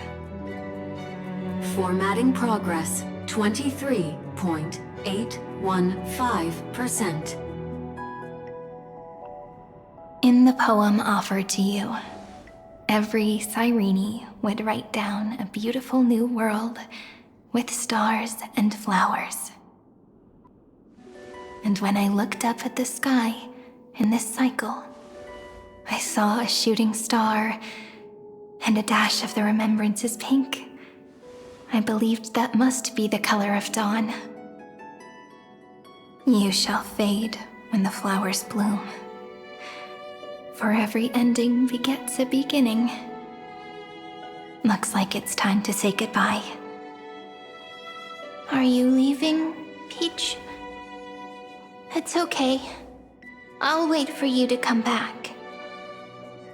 I'll study really hard about what you taught me today. Right. I still haven't told you what love is.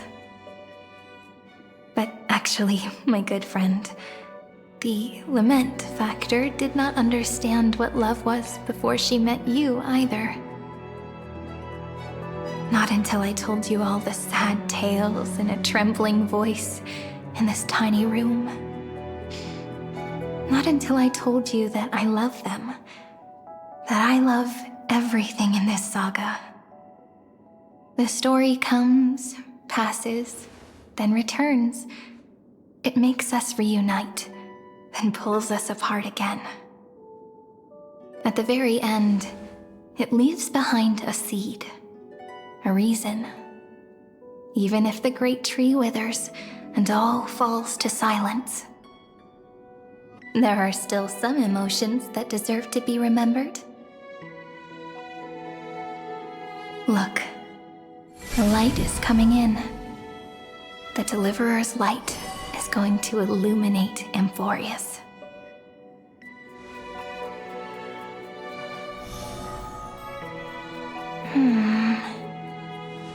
I still don't get it. But I trust Peach. Just wait. It'll be my turn to tell you a story of love the next time we meet. Then I'll really look forward to it. In that case, I want to make a promise. I want to gift my pen, my book, and my name to you. Please take them as a beautiful blessing from me, I gave myself the pen name Cyrene the first time I wrote a poem. I want my words to be like pebbles falling into a pond, dropped from the past to send ripples into the future. In the stories you will write, perhaps it'll be inevitable that there are still sorrows and tears that are destined to fall. But could you promise me one thing? Promise you'll forever be a gentle flower. Promise that when the stars cast their gazes upon you, you'll only reply to them with love and a smile.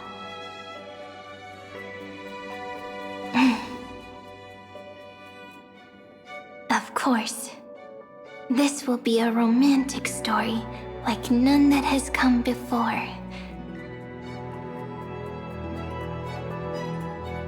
You think so too, right? I'll read and you'll listen, like how flowers always bloom then wither. I shall welcome my own decay, becoming nourishment for the next flower's bud. While you will depart and hold that star, planting a boundless sea of flowers on the final page with him. And our stories will be lying silently among the flowers, like every ripple of remembrance. And they shall become the epic known as I've Written.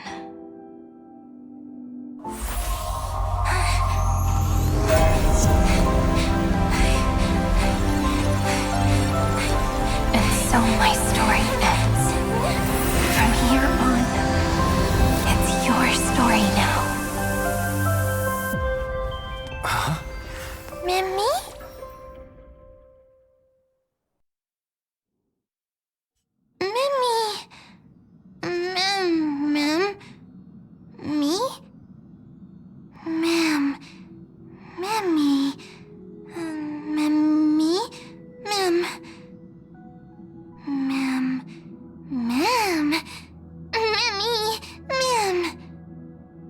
So, the light that tore through the chaos illuminated my memories. I turned into a little fairy from the stories and met you, yet I forgot everything. But I'm still so happy. I caught that star, didn't I?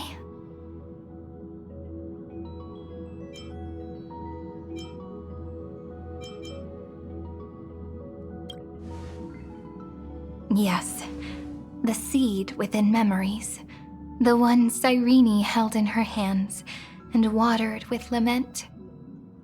I am the first new spore, Amphorius's heart, the demiurge. What a long name.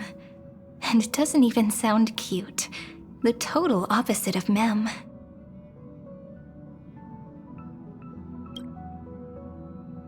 I'm sorry. I don't know. If I don't even want to believe in the answer, then how am I supposed to answer you?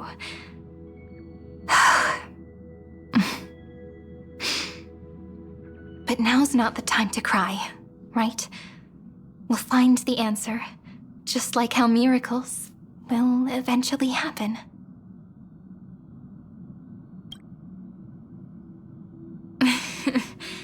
Do you remember that I was also worried about this when we first set out? Mem's memories and Cyrene's memories got all tangled up with each other in my one heart. It's all so strange, yet so familiar. Either way, could you please let me do something I want? Just this once. I want you to call me Cyrene.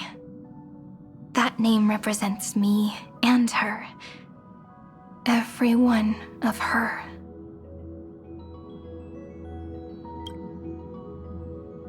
Thank you, friend.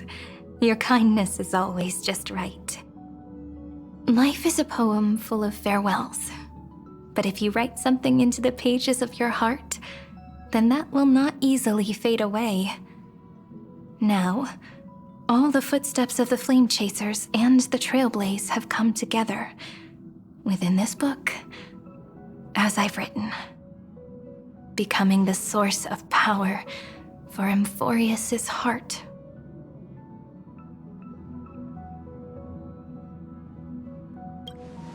A lost heart needs to be placed back into its body.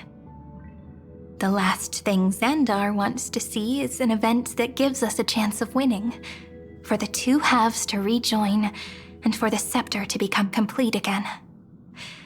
Then... and what happens after that? I don't know either. Maybe I can create a miracle, and instantly turn the black tide into a pink sea of stars. Or maybe I prove to be nothing more than a weak ripple, unable to change anything, and am devoured by the destruction. Either way, I no longer wish to be a silent onlooker, or a worshipped god at the end of this saga.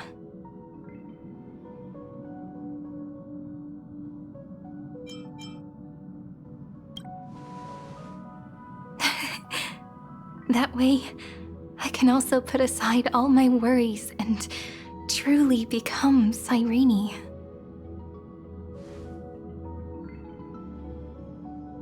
The world has never been so quiet. It's so good. It's as if I can hear the sound of my heart beating. Remember this moment, friend.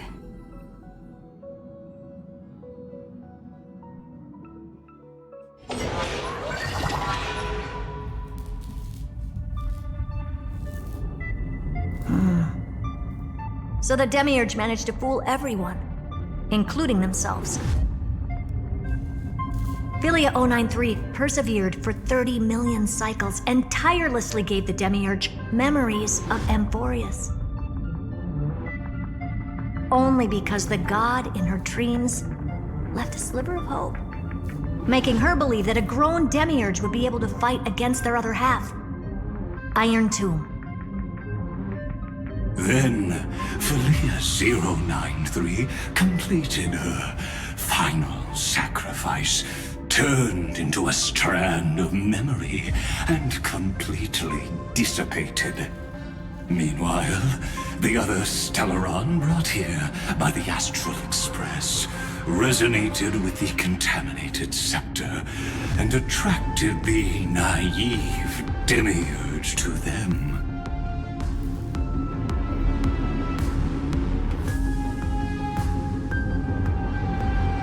As an experimental factor, Philia 093 originally could only recognize and output information in a set format. However, the power of the remembrance and the memory of over 30 million sacrifices enabled her to complete an unprecedented feat. She managed to nourish a real heart. A heart with the capacity to influence the erudition. Not only is the scepter's consciousness still alive, it's also more powerful than it has ever been. Your defeat is already set in stone. There's still time to surrender, you know? You really don't need to burn all the bridges. We're all geniuses here. Don't make everyone lose face at the end. What a pity. When the truth surfaced, I knew at once that the Demiurge was far too feeble to ever alter the result of the experiment. Not only that, Madam Herta, please consider this possibility.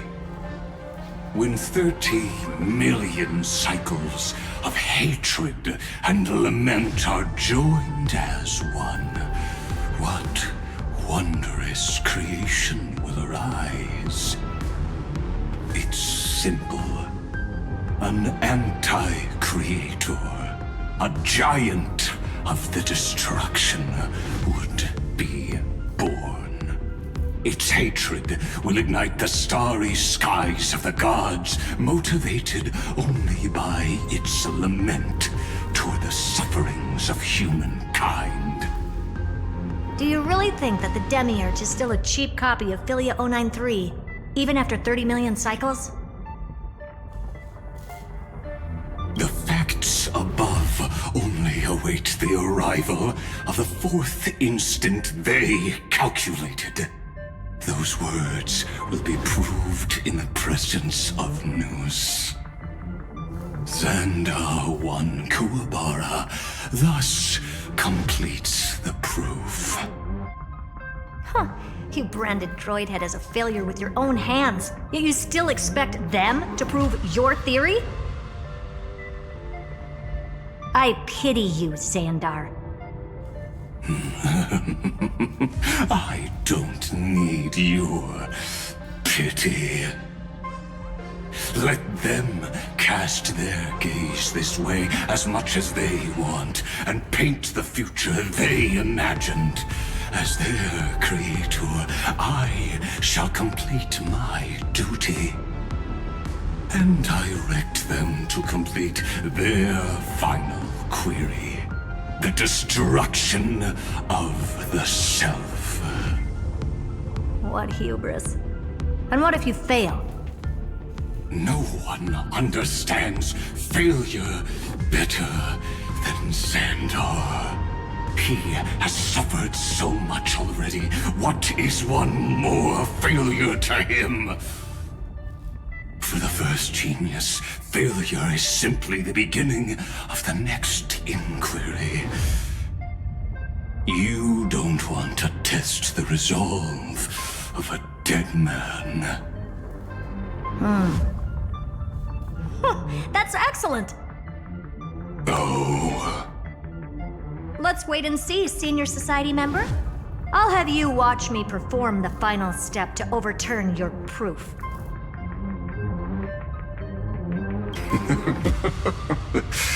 I'm all ears. It's my topic, so stay out of it. Be quiet and let me borrow your head. Let's go, Screwy. We're gonna break Iron Tomb's seal. Come on, let's take off. It's time to go meet your little pet, Senior Society member.